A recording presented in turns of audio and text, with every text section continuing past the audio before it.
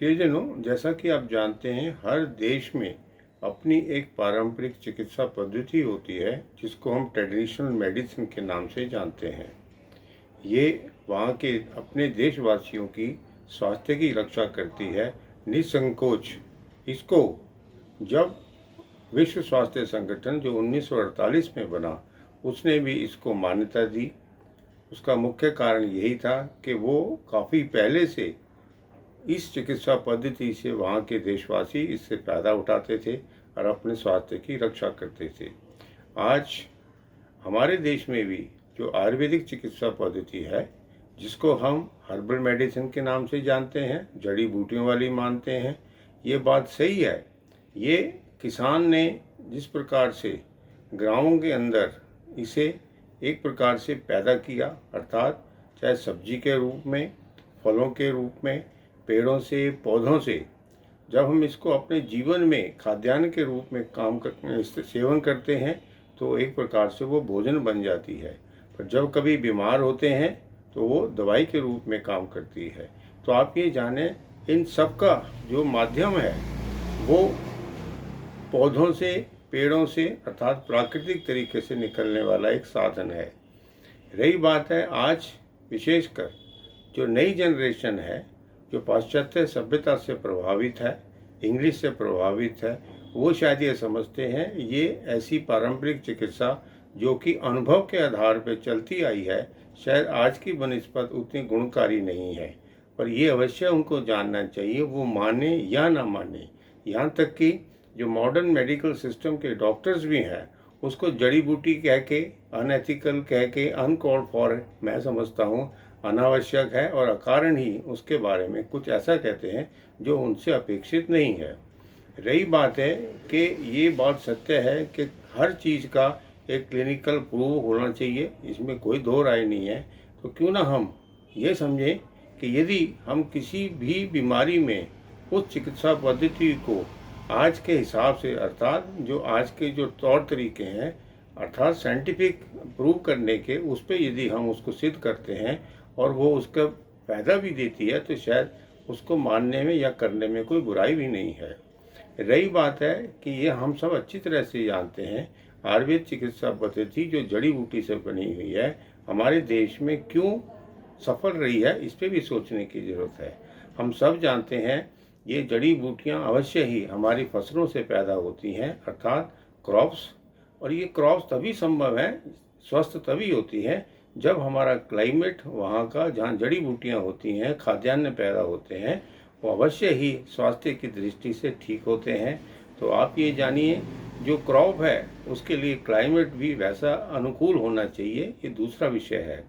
तीसरी बात कि दोनों की दोनों चीज़ें हमारे शरीर के लिए बचपन से ही हम इसका प्रयोग करते आए हैं, तो अवश्य ही हमारे अनुकूल परिस्थितियों में हमें अच्छा स्वास्थ्य देती है, ये भी हमें मानना चाहिए।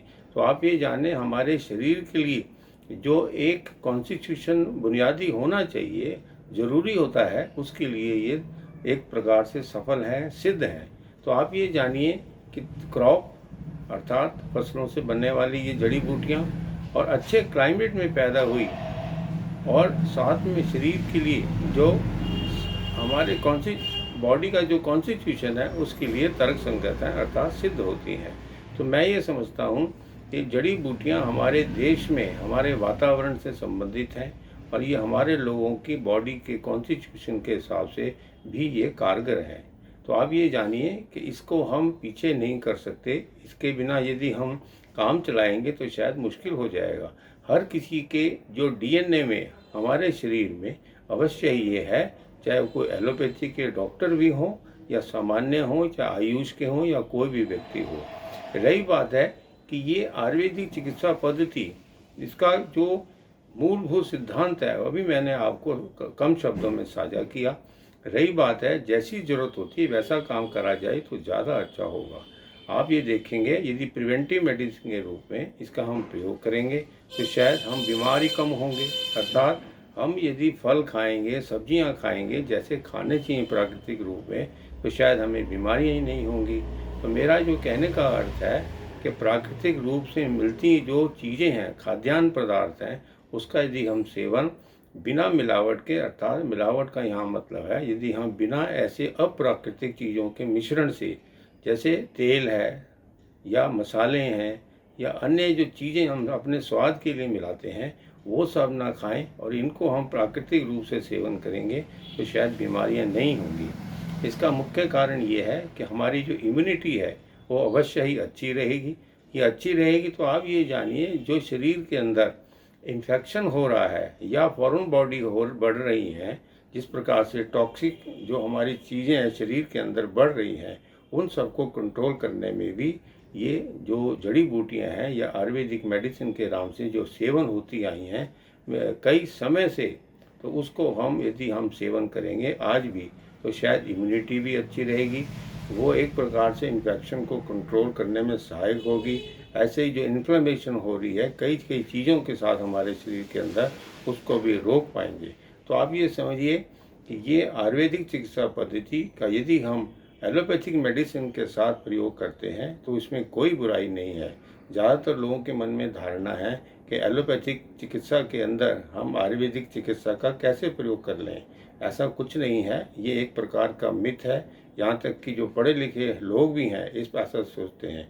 क्यों ना आप ये ध्यान दें, यदि हमारी इम्यूनिटी अच्छी हो, हमारे को इन्फ्लेमेशन के लिए इसका प्रयोग करना हो या इन्फेक्शन को कम करने के लिए, अर्थात उसके प्रभाव को कम करने के लिए हम आयुर्वेदिक दवा का प्रयोग करें तो उसमें क्या गलत है। हाँ, ये हो सकता है कि आप एलोपैथिक दवा जो खा रहे हैं उसके साथ साथ उसी समय उसका सेवन ना करें। उसके जो एक प्रकार से एक शरीर के अंदर जो डिफ्यूज़ है, डाइजेशन है, मेटाबॉलिज्म का प्रभाव करना है या अन्य शरीर के जो अंग हैं उसका प्रभाव अलग होगा। तो क्यों ना हम ये देखें कि दोनों दवाइयों के सेवन के समय में कम से कम 2 या 2.5 घंटे का फ़र्क रख लें। तो आप ये देखें कि एलोपैथिक चिकित्सा के साथ हम आयुर्वेदिक चिकित्सा पद्धति का सेवन करेंगे तो अवश्य ही जो अभी मैंने आपको 3 आई बताए हैं उसमें अवश्य ही लाभ मिलेगा।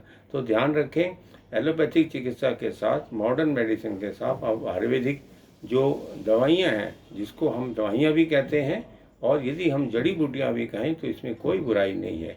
तो इसका हम सेवन करेंगे, अवश्य ही हमें हर प्रकार से लाभ मिलेगा। धन्यवाद।